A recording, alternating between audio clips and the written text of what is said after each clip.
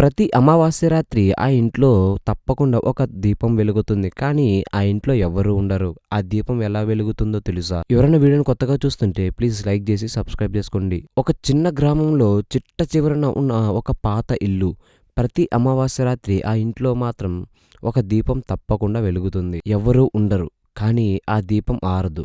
ఒక అమావాస్య రాత్రి రవి అనే యువకుడు అది అబద్ధమని ఆ ఇంటి దగ్గరకు వెళ్తాడు. రాత్రి 12 గంటల సమయం.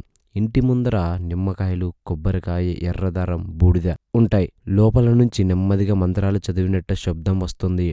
అతను కిటికీ నుంచి చూస్తాడు. అక్కడ ఒక ఆడమనిషి వెనుకకు తిరిగి కూర్చొని ఉంటుంది. జుట్టు నేల మీద పడి ఉంటది. మనిషి ఆకారపు బొమ్మ. ఉన్నట్టుండి ఆమె సడన్ గా మాట్లాడుతుంది, ఇంకొకడెవడో వచ్చాడు అని. దీంతో రవి శరీరం భయపడి అక్కడి నుంచి కదలలేదు. ఆమె నెమ్మదిగా రవి వైపు తిరుగుతుంది. రవి చూసేసరికి